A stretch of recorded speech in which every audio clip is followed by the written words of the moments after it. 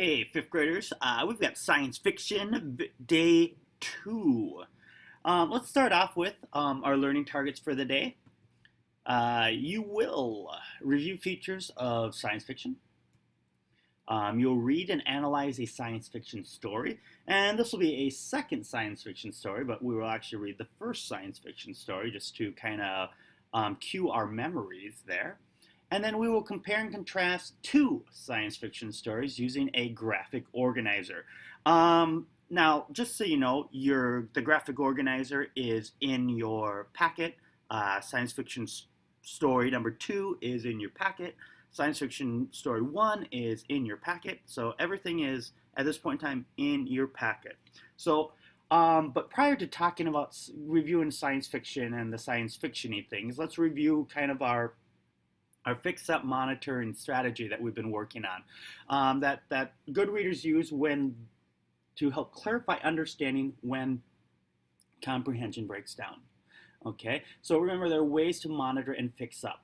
Okay, you can reread to clarify. Don't understand something? Back it up, reread it to see if you understand it more. Okay, if that doesn't work, stop and think about what you read. Okay, or stop and write about what you read. You can ask questions. Okay, the author says this, what does it mean? And you can start extrapolating and using that gray stuff between your ears. Okay, if that doesn't work, maybe you will continue reading and then think, I'm not sure, but maybe the author is going to explain it as he goes forward, or she goes forward, or they go forward, depending upon who the writers are. And then finally, if none of those strategies are working for you and you're still a little bit confused, you can always talk about what you read. You can talk with someone who's already read the book, or talk to someone who has knowledge to really help clarify and help fill in some of the issues that you're having when you're unable to comprehend what you're reading. Okay. Now let's talk. We've reviewed our fix-up monitoring strategy. Now let's review science fiction. Okay. Let's go start at 12 o'clock and we'll go around the wheel. Hopefully this looks familiar. It should. We filled it out yesterday. Features of science fiction? The story imagines the effect of science and technology on people and society. The story often has an element that is based on science fact. Okay, so there's generally a kernel of possibilities there. The story's tone is more often dark than light, and tone is just kind of the overall feeling of the story. It's kind of got like it's kind of almost a depressing feeling.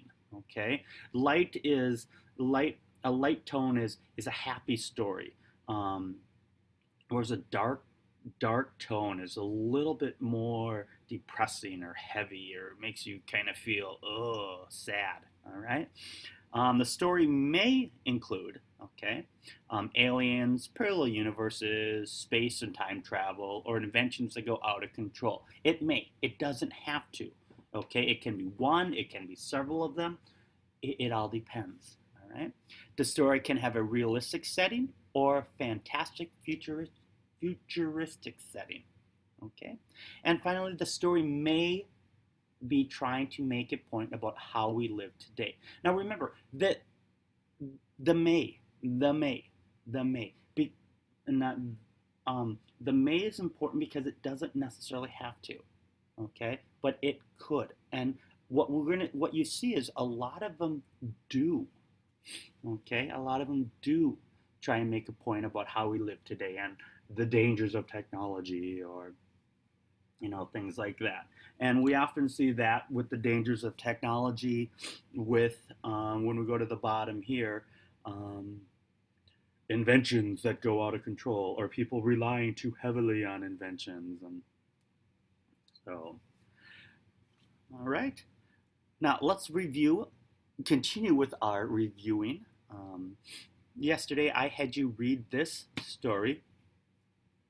Actually, I think I read this, but I will read it again. Invisible Planetoids of Mars. I don't know, for some reason with science fiction, I tend to get this weird, my boys call it the game show host voice, but I'll try not to. Invisible planetoids of Mars. There, that's much better. We're on schedule for our Mars landing. Astronaut Ari Adams radioed NASA's Mission Control Center. America's fourth journey to the Red Planet was going as smoothly as the three previous journeys. Ari and fellow astronauts Louis Wang and Aisha Carter had been training since 2018 to set foot on Mars. Wham! Their ship, pardon me. Did you see how I reread to clarify? Their ship banged into something. Louis didn't see anything on the radar. He was wondering what had happened when, wham! The ship hit something else. Louis frantically searched the radar. Aisha suited up to check the damage. She found a few deep dents, but nothing critical. As she turned back, her shoulder grazed something. But when she looked around, she saw nothing. Now, one of those things, as we talk about rechecking and asking ourselves a question, Aisha suited up to check the damage. She found a few deep dents, but nothing critical. So it must mean that Aisha, and then she turned back, her shoulder grazed something. It must mean that Aisha went outside. Okay? She was able to go outside. So that makes more sense if you think about Aisha going out, suiting up, putting on, and doing like a spacewalk thing. And what's funny is I'm doing these weird hand gestures as I go through and talk about spacewalk. So when I first read that yesterday, and it was one of those things like Aisha suited up to check the damage. Well, why would she have to suit up? Oh, she's going outside, okay? And she found a few deep dents, but nothing critical. As she turned back, her shoulder grazed something, but when she looked around, she saw nothing. You know that field of invisible planetoids that no one has been able to find? Asked Aisha when she was back inside. Ah, see, so she did go outside. I think we found them. Wham, wham, wham! The ship took 3 more hits in quick succession. Let's use the gamma picks to find the planetoids and avoid them, said Ari. Aisha pulled out a bullhorn-shaped device and pointed it out the window. Suddenly, little rainbow-colored, rock-like planetoids were visible. Ari manually steered the ship to Mars without additional hits. The crew had thought nothing could top walking on Mars, but they got a bang out of discovering invisible planetoids too. Okay? Now, boys and girls, one of the things that is important is really taking time to understand what's going on. So, and what I didn't do yesterday, and I apologize, is I kind of, just because I'm limited to the amount of time I can make my videos, I didn't stop and really make sure I understood that. Okay? So that's an example of making sure that you comprehend what you are reading. All right? So let's move onward and upward here. All right. So now we come to today's story, Fireballs of Fury. All right? What I'd like you to do right now, I'd like you to pause the video, and I would like you to read Fireballs of Fury on your own. Okay? When you are done, restart the video, and then we will read it together. But I would like you to read this on your own. Okay? So I will wait.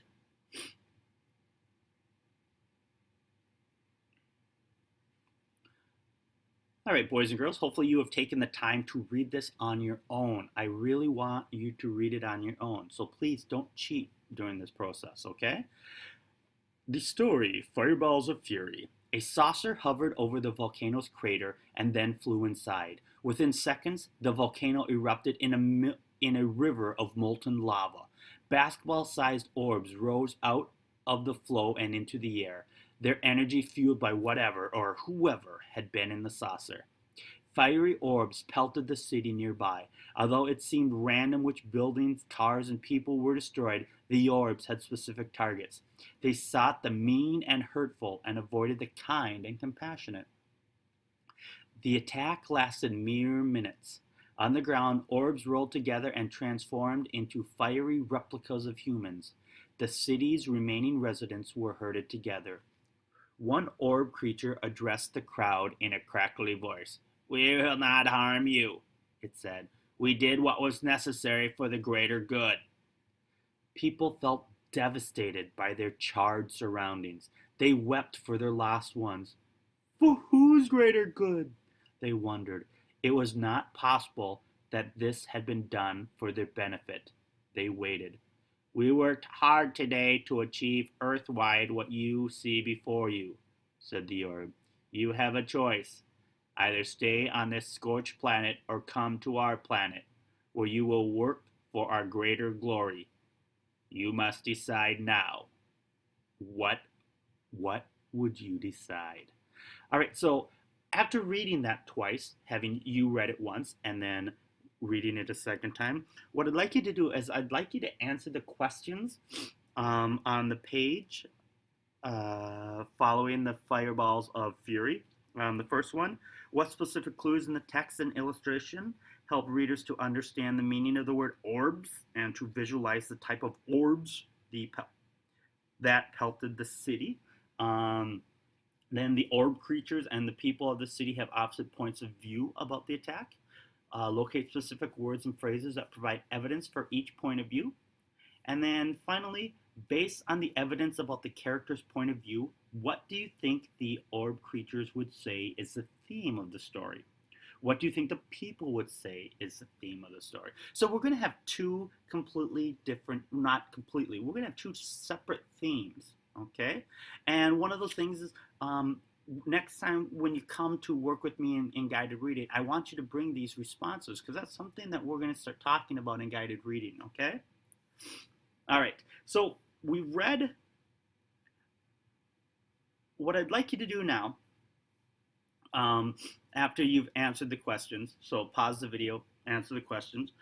What we're going to do now is we're going to compare and contrast science fiction stories to see how they are alike and how they are different. We can analyze the characters, the challenges the characters face, the features of the genre, and how we feel about both stories. To compare and contrast the stories, we will look for evidence in both texts.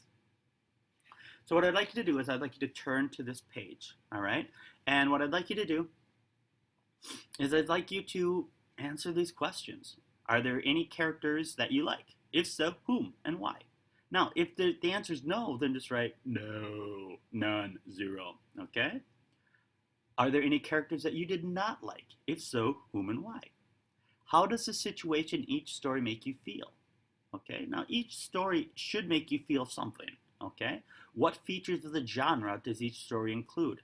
Now, if you have to, boys and girls, pardon me as I go, you can go back to here and see which ones whoops, shoot. Sorry about that. I went too far. Okay, and then why should people read these stories? And that's the important thing in terms of what's the message that the author is trying to tell us? Okay, so make sure you take some time and complete this page, and complete the questions that are in your packet prior to, and make sure you bring your packet to your guided reading group next time. If we don't get to it this time, we'll hopefully get it to at least in the next couple of times, okay? So, today we compared and contrasted two science fiction stories. We found similarities and differences between their story elements, their genre features, and themes. Remember that all science fiction stories have certain features in common, and you can use your knowledge of these features to help as you read. All right. Tomorrow we will have yet another story to read, and we will continue our exploration with science fiction. So please, boys and girls, make sure you take care of the questions on the I guess the Mr. Winkleman made. It says, I think it says week 4, day 2, or week 4, unit 4, week 2, day 2. Make sure you take care of those questions and then complete this. And we'll talk to you in a bit.